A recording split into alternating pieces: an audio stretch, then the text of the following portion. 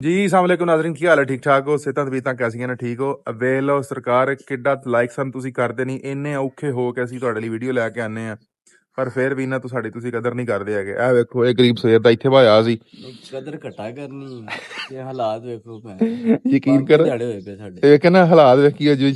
ਚਰਸੀ ਹੋਏ ਨਾ ਇਹ ਹਾਲ ਥੜੀ ਹੋਈ ਪਈ ਹੈ ਯਕੀਨ ਕਰ ਨਿੰਦਰ ਨਹੀਂ ਪੂਰੀ ਜਨਾਬ ਬੂਹੇ ਤੇ ਆਏ ਆ ਚੌਧਰੀ ਸਾਹਿਬ ਨੂੰ ਉਠਾਉਣ ਵਾਸਤੇ ਤੇ ਉਹ ਹਾਜ਼ਰ ਤੇ ਰਾਤੀ ਦੱਸਿਆ ਸੀ ਕਿ ਸਵੇਰੇ ਜਾਣਾ ਹੈ ਤੇ ਫੋਨ ਕਰਾਂਗੇ ਉਹ ਹਜੇ ਤੱਕ ਕੋਈ ਨਹੀਂ ਉੱਠਿਆ ਦਰਵਾਜ਼ੇ ਤੇ ਆਏ ਆ ਬੂਹਾ ਖੜਕਾਨੇ ਆ ਜਨਾਬ ਜੇ ਉਹਨੂੰ ਵਗੈਰਤ ਆ ਗਈ ਤੇ ਬਸ ਗੱਲ ਮੁਸ਼ਕਲ ਹੀ ਹੈ ਜੇ ਉੱਠ ਪਵੇ ਤੇ ਇਹਨੂੰ ਨਹੀਂ ਆਣੀ ਇੰਜ ਮਰਿਆ ਪਿਆ ਯਕੀਨ ਕਰ ਜੋ ਅਈ ਸਾਹਿਬ ਤੁਹਾਨੂੰ ਜਿਹੜੇ ਇੱਕ ਵਾਰੀ ਫੋਨ ਕੀਤਾ ਹਾਂਜੀ ਮੈਂ ਡਿਊਟੀ ਕਰਕੇ ਆਇਆ ਡਿਊਟੀ ਸਾਰੀ ਰਾਤ ਸਵੇਰੇ ਬੰਦਾ 5 ਵਜੇ ਘਰ ਪਹੁੰਚਿਆ ਫਿਰ 5:30 ਫੋਨ ਕੀਤਾ ਤੇ ਆ ਗਿਆ ਕੱਲ 3 ਵਜੇ ਤੋਂ ਲੈ ਕੇ 4 ਵਜੇ ਤੱਕ ਮੈਂ ਡਿਊਟੀ ਕਰਦਾ ਰਿਹਾ ਤੇ ਹੁਣ ਘਰ ਆਇਆ ਸੁੱਤਾ ਨਹੀਂ ਅਜੇ ਮੈਨੂੰ ਪਤਾ ਵੀਡੀਓ ਬਣਾਉਣ ਜਾਣਾ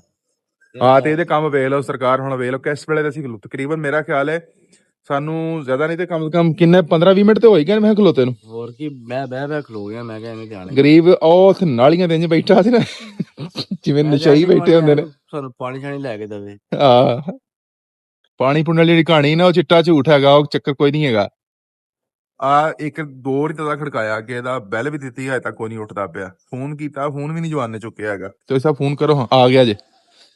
ਕਮੈਂਟਾਂ ਗਾਲਾਂ ਦੇਣੀਆਂ ਜੇ ਠੀਕ ਹੈ ਖੁੱਲੀ ਛੂਟ ਹੈ ਜੋ ਦਿਲ ਕਰੇ ਹੁਣ ਆਇਆ ਵੀ ਕੌਣ ਹੈ ਪਹਿਲਾਂ ਵੇਖੀ ਪਤਾ ਨਹੀਂ ਵੇਖੀ ਆਇਆ ਕਿਹੜਾ ਵਾ ਇਹ ਸਮਝ ਨਹੀਂ ਲੱਗਣ ਦੀ ਅਜੇ ਤੱਕ ਤੇ ਯਾ ਅੱਲਾ ਖੈਰ ਓਏ ਅੱਬਾ ਕਿੱਥੇ ਤੇਰਾ ਸਾਹਬ ਲਾ ਪਾਪਾ ਸੋ ਰਹੇ ਅਸੀਂ ਨਹੀਂ ਸੁੱਤੇ ਹਾਲਾਂਕਿ ਮੈਂ ਰਾਤੀ ਦੱਸਿਆ ਸੀ ਇਹਨੂੰ ਤੇ ਫਿਰ ਵੇ ਲੱਗਦਾ ਪਾਪਾ ਸੋ ਰਹੇ ਨੇ ਚੌਧਰੀ ਸਾਹਿਬ ਹੁਣ ਇਹਨੇ ਕੰਮ ਚੈੱਕ ਕੀਤੇ ਜੇ ਹੁਣ ਕੀ ਕਰਨਾ ਚਾਹੀਦਾ ਹੁਣ ਇਹਨੂੰ ਜੁਰਮਾਨਾ ਕੀ ਪੈਂਦਾ ਬਾਕੀ ਗੱਲਾਂ ਛੱਡ ਜੁਰਮਾਨਾ ਉਹਨਾਂ ਨੂੰ ਇਹ ਚਾਹ ਬੋਤਲ ਇਹਨੂੰ ਪਾਣੇ ਆ